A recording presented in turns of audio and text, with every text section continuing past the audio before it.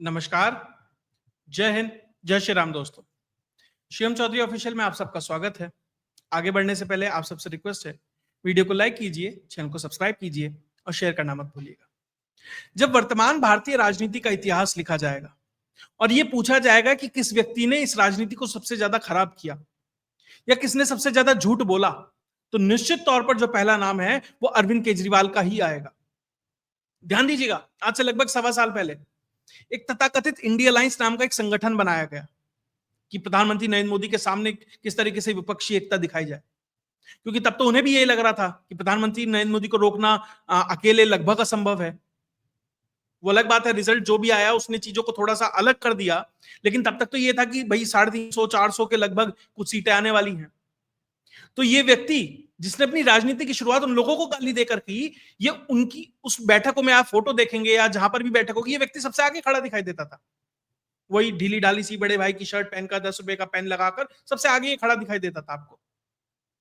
और इसने कांग्रेस को कहा कि आओ सनम, मिलकर चुनाव लड़ते हैं दिल्ली का। 4 सीटों पर हम लड़ते हैं, 3 सीटों पर तुम लड़ो। और जिस दिन चुनाव हुआ, संपन्न हुआ, उससे ठीक अगले दिन पाजी तुसी कौन, ये सवाल उसने कांग्रेस से पूछा और अपना पिंड छुड़ा लिया। ध्यान दीजिएगा, जब चुनाव चल रहा था और चुनाव के कुछ समय बाद तक ज्यादातर विपक्षी दलों को यह लगा कि अब जो भविष्य है प्रधानमंत्री नरेंद्र मोदी के साथ के सामने, वो राहुल गांधी के साथ रहकर है। क्योंकि जिस तरह का मिस इन्फॉर्मेशन कैंपेन चला गया, संविधान बचाओ, उसके बाद जो रिजल्ट आया और कुछ महीने तक ये यूफोरिया रहा और 15 दिन तक तो पूरे विपक्ष ने मान लिया कि प्रधानमंत्री राहुल गांधी ही है 99 सीट पे। लेकिन जब महाराष्ट्र का चुनाव हुआ, जब हरियाणा का चुनाव हुआ, तो समझ आया कि राहुल गांधी ने जो किया वो मात्र एक तुक्का था। और धीरे धीरे विपक्षी दल साथ छोड़ते चले गए। अखिलेश सबसे पहले, जो पहले साथ में बैठे दिखाई देते थे, कुछ हफ्ते के अंदर ही अखिलेश राहुल के साथ दिखाई देने लगभग बंद हो गए। ममता बनर्जी पीछे हट गई। और अब इस चुनाव के बाद तेजस्वी को भी समझ आ जाएगा कि राहुल गांधी के साथ रहकर भविष्य नहीं है। जो चुनाव तेजस्वी वर्सेस नीतीश होना चाहिए था, वो चुनाव राहुल बनाम मोदी बनाकर, जहां लगभग कॉन्टेस्ट इंपॉसिबल है, इस चुनाव को कांग्रेस ने निश्चित कर दिया कि बिहार में ये चुनाव गठबंधन हारे। इस चुनाव के बाद तेजस्वी को भी समझ आ जाएगा। इन लोगों को समझ आया 6 महीने में, साल भर में, या बिहार चुनाव के बाद समझ आएगा। लेकिन एक व्यक्ति को जिस दिन दिल्ली का लोकसभा चुनाव हुआ, उससे ठीक अगले दिन समझ आ गया कि राहुल गांधी की उपयोगिता यहीं तक थी, यही यूटिलिटी थी, और उसने साथ छोड़ दिया। क्योंकि उसे पता था कि भैया जो कांग्रेस है उसका स्पेस मुझे कब्जाना है, मुझे कब्जा करना है उस जगह पर। और पंजाब का चुनाव क्या कहा, भैया हम अलग लड़ेंगे, तुम अलग लड़ो। दिल्ली विधानसभा का चुनाव क्या था, तुम अलग लड़ोगे, हम अलग लड़ेंगे। मेन कंपटीशन उसे पता था कि भारतीय जनता पार्टी नहीं है, सबसे पहले हमारा मेन कंपटीशन कांग्रेस है। पंजाब में बिजी था चुनाव के बाद तक, दिल्ली जब छोड़ के गया। लेकिन आजकल जो अरविंद केजरीवाल हैं, वो दिल्ली में भी पाए जा रहे हैं। अभी तक तो पंजाब में थे, लेकिन दिल्ली में आए हैं। कल 2 बड़े बड़े प्रोग्राम किए उन्होंने, एक प्रेस कॉन्फ्रेंस की, कॉन्स्टिट्यूशन क्लब में एक प्रोग्राम था। और क्या बोला वो बहुत महत्वपूर्ण है आगे की राजनीति को अगर आपको समझना है। उस व्यक्ति ने कहा कि हमारे 5 बड़े नेता ईडी ने गिरफ्तार किए। भैया अरविंद केजरीवाल खुद हुआ, मनीष सिसोदिया हुआ, सत्येंद्र जैन हुआ, ये टिकट वाला था वो गिरफ्तार हुआ, जो टिकट बेचता था मूवी के। अब सौरभ भारद्वाज के ऊपर गाज गिरी है, संजय सिंह, और अब सौरभ भारद्वाज के ऊपर गाज गिरी है कि भैया हमारे तो छोटे बड़े हर नेता पे गाज गिर रही है और गांधी परिवार को कुछ छू नहीं रहे हैं। क्या कहा कि जिस तरीके से मायावती या जो ओवैसी हैं, उनकी कहीं ना कहीं बीजेपी से सेटिंग है, ऐसा मैंने सुना है, वो ये कह रहा है। कांग्रेस की भी सेटिंग हो गई है जी बीजेपी से, इसलिए गिरफ्तारी नहीं हो रही। पहले सुनते हैं क्या कहा अरविंद केजरीवाल ने। स्वामी का इंटरव्यू पढ़ रहा था मैं। उस इंटरव्यू में पता नहीं वो कौन सा केस कह रहा था, एक केस का जिक्र कर रहा था कि मैंने कोर्ट में केस किया, फिर उसकी वजह से राहुल गांधी जी जेल चले जाते, लेकिन मेरे को मोदी जी का फोन आ गया कि जेल नहीं जाने देना इनको। बोलो, फिर मैं मोदी जी के फोन के बाद पीछे हट गया। मैंने कहा नहीं, जब हम लोगों के बीच में जा रहे हैं, लोग कह रहे हैं कि जी आपके 5 सबसे बड़े नेता जेल हुआए, बीजेपी ने आपके 5 सबसे बड़े नेताओं को जेल भेज दिया, ऐसा क्यों है कि कांग्रेस का एक भी नेता जेल नहीं गया? भाई ये इतना शोर मचा रहे हैं, नेशनल हेराल्ड हो गया, नेशनल हेराल्ड हो गया, नेशनल हेराल्ड हो गया। मेरे को नहीं पता क्या है नेशनल हेराल्ड।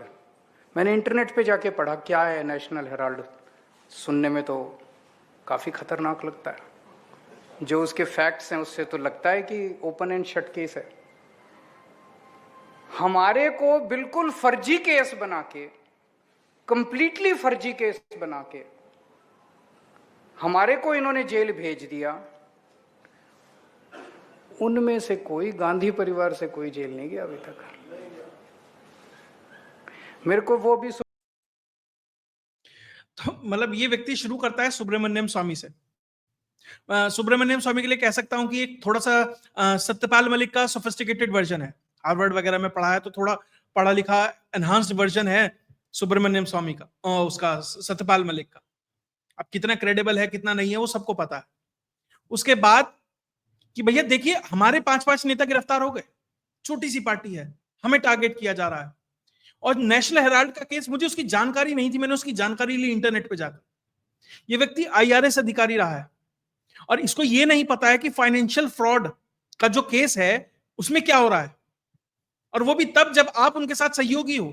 आपको नहीं पता आप जिनके साथ जाकर खड़े हो रहे हो उनके ऊपर क्या केस चल रहा है, उसकी जानकारी आपको नहीं है। आपको इंटरनेट पे जाकर ये देखने में तब आपको समझ आया कि हाँ, इंटरनेट पे जाकर देखना चाहिए कि नेशनल हेराल्ड केस क्या है, जब पंजाब का चुनाव आने वाला है। और उसके बाद क्या कहते हैं कि ओपन एंड शट केस है, और आपको साल भर पहले नहीं पता था कि ओपन एंड शट केस है जब आप चुनाव लड़ रहे थे। अब याद आ रहा है क्योंकि पंजाब का चुनाव आ रहा है, क्योंकि पंजाब में आपको कांग्रेस की जगह लेनी है। और ये बंदा कर क्या रहा है, ये बीजेपी को उकसा रहा है, अरे हमारे गिरफ्तार कर लिए, नहीं क्यों नहीं कर रहे। तो कांग्रेस को किस तरीके से एलिनिएट किया जाए ये सब भली भांति समझता है कि कांग्रेस की जगह कौन ले रहा है, ये खुद ले रहा है। गुजरात में अगर कांग्रेस इतनी बुरी तरीके से हारी तो रोल इनका था। गोवा है, हरियाणा है, पंजाब में तो जगह ही इन्होंने ले ली। हिमाचल भी लगभग इनकी वजह से हारते हारते बची कांग्रेस। और आज अगर पंजाब में चुनाव होता है तो 20-25 मैक्स सीट है, इससे ज्यादा आम आदमी पार्टी नहीं ला सकती। उसे पता है कि जो नुकसान हो गया है अब धीरे धीरे उसे रिगेन करना है और मोमेंटम बिल्ड करना है। तो आपको मीडिया में आना होगा, दिखना होगा और ये तैयार करना होगा कि देखो कांग्रेस खराब है, कांग्रेस करप्ट है, हम ईमानदार हैं जी, हमें तो फंसाया गया है, छोटी पार्टी है। मतलब जो विधायकी के चुनाव नहीं जीत पा रहे, नरेंद्र मोदी उनसे डरेगा, लेकिन दिखा यही रहे हैं कि मोदी से राहुल गांधी नहीं लड़ सकता क्योंकि उसने कॉम्प्रोमाइज कर लिया है, क्योंकि इतने बड़े केस में जेल नहीं भेज रहे। मैंने कॉम्प्रोमाइज नहीं किया, इसलिए देखो मेरे 5-5 नेताओं को भेज दिया है और मैं ही मोदी से लड़ सकता हूं। और इंडिया अलायंस, क्योंकि इस चुनाव के बाद जब बिहार का चुनाव हो जाएगा तो राहुल गांधी की लीडरशिप पे निश्चित तौर पर सवाल उठेंगे, क्योंकि अब तो पूरा का पूरा बिहार चुनाव राहुल गांधी ही लीड कर रहे हैं, तेजस्वी तो पीछे बैठे रहते हैं। तो उसके बाद ममता बनर्जी हो, अखिलेश यादव हो, सब कोई धीरे धीरे साथ छोड़ते चले जाएंगे। तो ये कहेगा ममता बनर्जी के साथ मिलकर, देखिए इंडिया अलायंस की कमान अब हम लोग संभालते हैं, हम राष्ट्रव्यापी नैरेटिव बनाएंगे, हम बड़े नेता हैं, और अपने आप को प्रोजेक्ट करेगा राहुल गांधी के समकक्ष, मोदी के अगेंस्ट। और इस पूरे के पूरे नैरेटिव को लेकर ये पंजाब में उतरेगा। ये खेल है और राहुल गांधी की टीम नहीं समझ पा रही।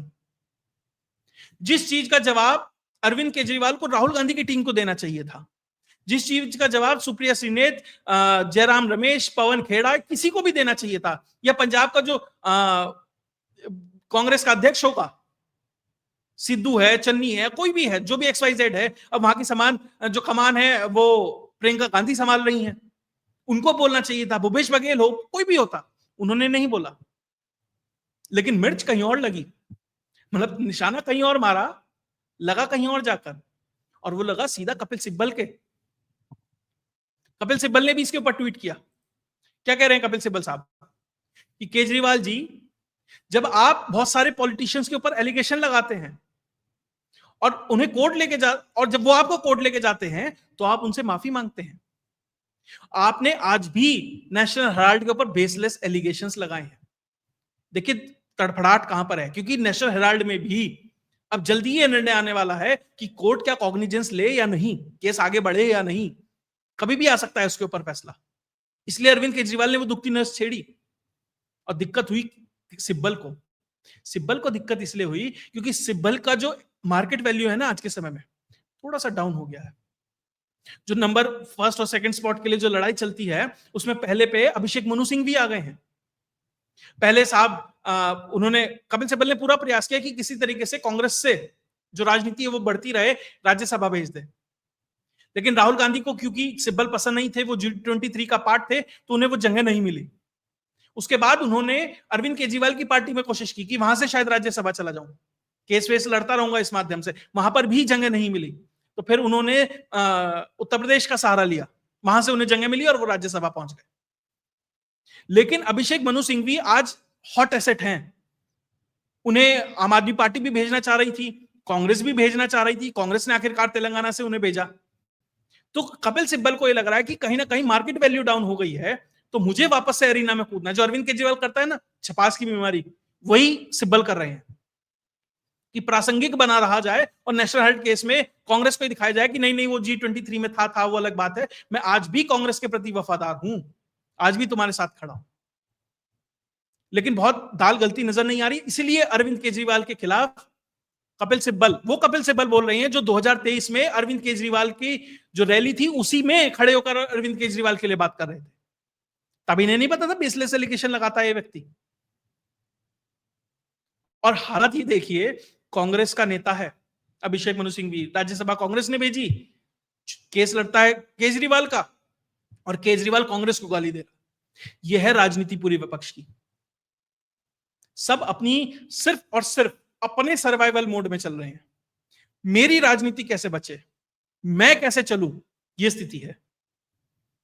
और विपक्ष इतना बिखरा हुआ है, यह हालात ये है कि अरविंद केजरीवाल अलग दिशा में जा रहे हैं। जो राहुल गांधी कहते थे कि हमारी यात्रा के अंदर अखिलेश यादव आएंगे, वो पहुंचे नहीं, वो अलग दिशा में जा रहे हैं। अभी जो दो युवाओं की जोड़ी उत्तर प्रदेश में भी देखिएगा कैसे कमाल होगा, दोनों अलग दिशा में जाते दिखाई देंगे। बिहार में इस चुनाव के बाद तेजस्वी अगर राहुल को गाली देते ना नजर आए तो देख लीजिएगा, सीधा पिछली बार भी कहा था लालू ने कि भी कांग्रेस को ज्यादा वोट सीट दे दी है, इस बार भी यही कहेंगे कि कांग्रेस की वजह से हम आ रहे हैं। और ममता बनर्जी बहुत भली बात जानती हैं, वो पहले ही अलग हो गई, इसलिए कांग्रेस कह रही है कि भैया ममता बनर्जी ने तो 40 लाख फर्जी वोट बनाए हुए। तो कहां है विपक्षी एकता? और सारे के सारे जो इनके यूट्यूबर्स हैं वो एक अलग ही गर्दा उड़ाए हैं कि आज बीजेपी के 30 सांसद भाग जाएंगे, आज 15 भाग जाएंगे, आज 5 भाग जाएंगे, आज सरकार गिरी, कल सरकार गिरी। साहब पहले ये तो देख लो, जो विपक्ष के 200 तथाकथित 235 आप आंकड़ा दे रहे हो वो है या नहीं है? क्योंकि 10 दिशाओं में 10 अलग पार्टियां भाग रही हैं, ये स्थिति है। तो ये पूरा का पूरा सिनेरियो ये दर्शाता है कि किस तरीके से हर कोई, हर दल सिर्फ और सिर्फ अपनी सोच रहा है। उन्हें कोई मतलब नहीं है कि मोदी को हराना है कुछ, ठीक है मेरी 5-7 सीट आ जाए, हर राज्य में मैं प्रासंगिक बना रहा हूं या मैं मुख्यमंत्री बनूं, बात खत्म। राहुल गांधी अकेला ही धूल में लाठी मार रहा है और कुछ नहीं हो रहा, और मोदी आगे बढ़े जा रहा है। साहब अब उसका कंपटीशन राहुल गांधी से ऊपर बढ़कर ना प्रधानमंत्री नरेंद्र मोदी जी का, शी जिनपिंग, पुतिन, ट्रंप, इनसे हो गया है। तो चीजों को समझिए कि चीजें किस तरीके से आगे जा रही हैं। आने वाले जितने भी विधानसभा चुनाव है बहुत इंटरेस्टिंग होने वाले हैं। अभी तो बिहार का चुनाव है, उसके बाद बंगाल है, तमिलनाडु है, आसाम है, फिर उत्तर प्रदेश है। तो निश्चित तौर पर हर पार्टी अपने राज्य के चुनाव के हिसाब से, अपने समीकरणों के हिसाब से आगे बढ़ रही है। और इस चीज को भांपने में विपक्ष में जो कोई सबसे चतुर, चालाक, तेज राजनेता है वो आज भी अरविंद केजरीवाल। उसकी राजनीति से सहमत हो या ना हो, लेकिन उसकी तरह की राजनीति शायद विपक्ष में आज के समय में कोई नहीं कर रहा है। ममता बनर्जी थोड़ी बहुत है, उसके अलावा कोई नहीं है। अगर आपको ये वीडियो विश्लेषण अच्छा लगा तो वीडियो को लाइक कीजिए, चैनल को सब्सक्राइब कीजिए और शेयर करना मत भूलिएगा। जय हिंद, जय भारत।